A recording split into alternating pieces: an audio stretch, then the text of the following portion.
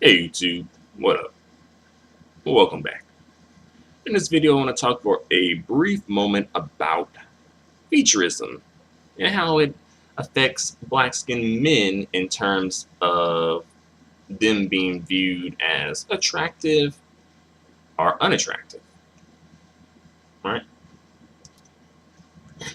And I'll say that, up front, I'll say that featurism, I think it affects, both, the men and the women. I think it affects the women more though, but I think it still affects men too though, right? But I think I'll say that men are kind of given a little more slack, or cut a little bit more slack when it comes to the features, the features that they have versus the women. Um, so with that being said, here we go. All right. So as we know, usually when we talk about featurism, it usually falls into, those folks who have, quote unquote, keen features, kind of like a somewhat of a thin nose, somewhat of a thin lips, you know, versus features that are more, I guess, quote unquote, Bantu, um, which is maybe probably like a more wider nose and maybe thicker lips. And of course, I guess we could probably throw in skin tone since that is a feature as well.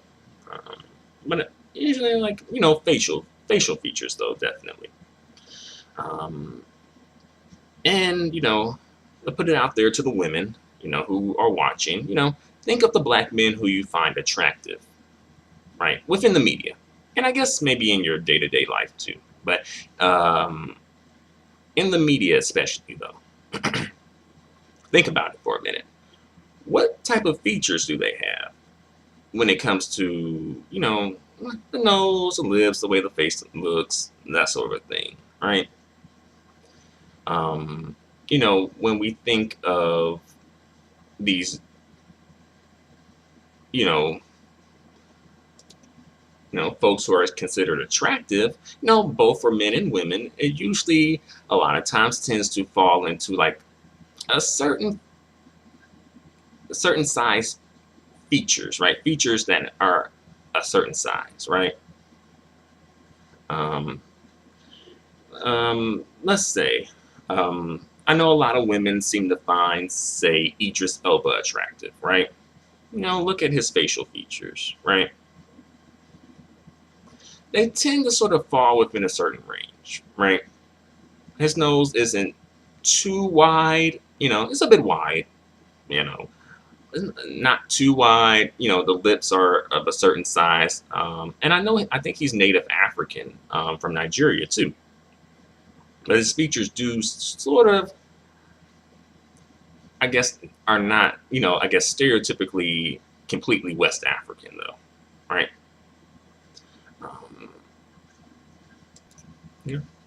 Um, another man that the women find attractive, at least from what I've been hearing. Not so much lately though. But Denzel Washington, right? Facial feature, right? Kind of fall within a certain range, right? And I think like one like either a magazine or entertainment um, television show had said like Denzel Washington has the most symmetrical face in Hollywood. So you know, hmm. Like, oh, that's interesting to say. Um, but facial symmetry is important when we're talking about attractiveness, right? Um, you know, notice that like the nose is a certain size, the lips are a certain size, right?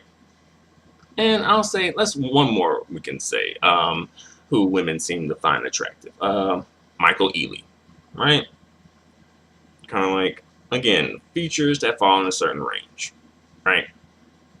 Um, on the flip side, there are kind of like black men who kind of get clowned for their facial features, right?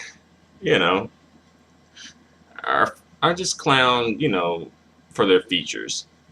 Um, one person that comes to mind often, you know, um, Jay Z. You know, Jay-Z's big face ass, right? You know, his features are, you know, more prominent, you know, bigger, wider, like, you know, really full lips, really wide nose. You know, he's definitely been the butt of jokes for a while, right? You know, um, but, you know, he's done pretty well for himself. You know, he got Beyonce.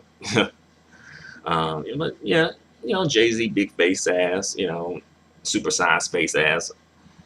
Um, KRS-One, you know, he has like, you know, a really wide nose, you know, kind of like a wonky nose that kind of looks a bit odd on his face, right?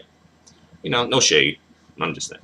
Um, and that has kind of like, you know, been somewhat of a joke too. You know, like if you look up some video about KRS-One, I'm pretty sure someone's going to mention his nose.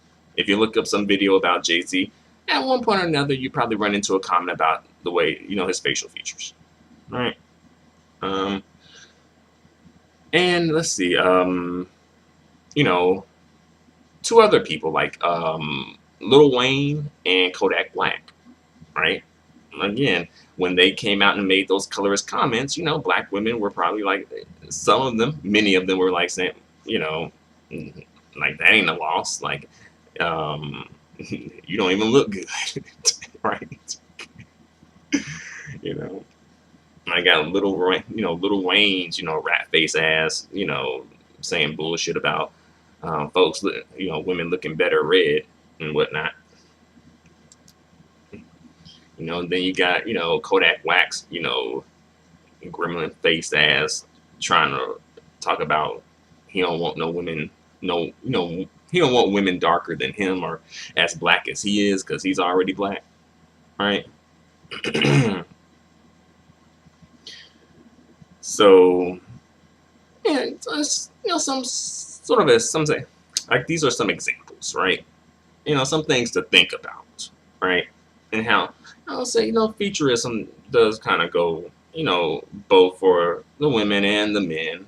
I'll say that women get the, you know, tougher brunt of it, but you know, I think it affects both though. Mm-hmm. But I will say, when it comes to men, I think people tend to be more honest about the features when it comes to men. Not that, you know, women don't get it too, because they do, but I feel like everyone seems to want to rag on the dudes, but when it comes to the women, then it's like, oh, you know, that's not, we shouldn't say that, right? You know, like, oh, you know, then it's like, it's kind of like, oh, let's, you know, say something positive, you know, which I think we should, but I guess it could both, you know, both ways though.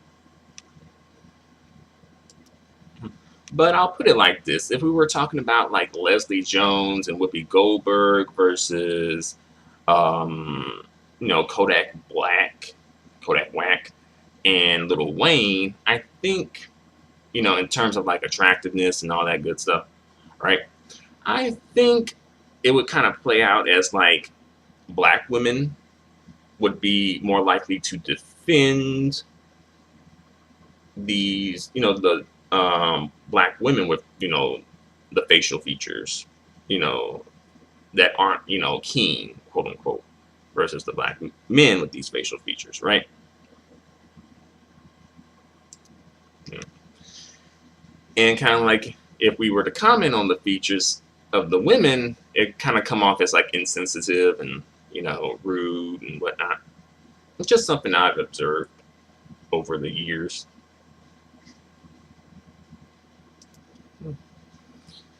And I will say that I think that featureism, you know, features do play a major role in, you know, the acceptable black, quote unquote, and well, I'll say the acceptable dark skin black and the unacceptable dark skin black when it comes to like the media and who's being promoted and who's being, you know, who's getting the spotlight, you know, and the opportunities.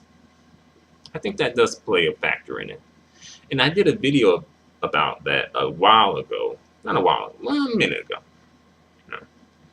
And that was something that came up in the comment section. And I was like, I think that does play a factor in it as well. You know, being dark skinned with certain features do kind of give you somewhat, I don't, somewhat, I don't know, privilege perhaps, for a lack of a better word. But yeah, you know. But I'm going to bring this video to a close for now. So thanks for watching, you guys. Feel free to comment, definitely. I'm interested to see what you guys think about this topic. Until the next video, adios and goodbye for now.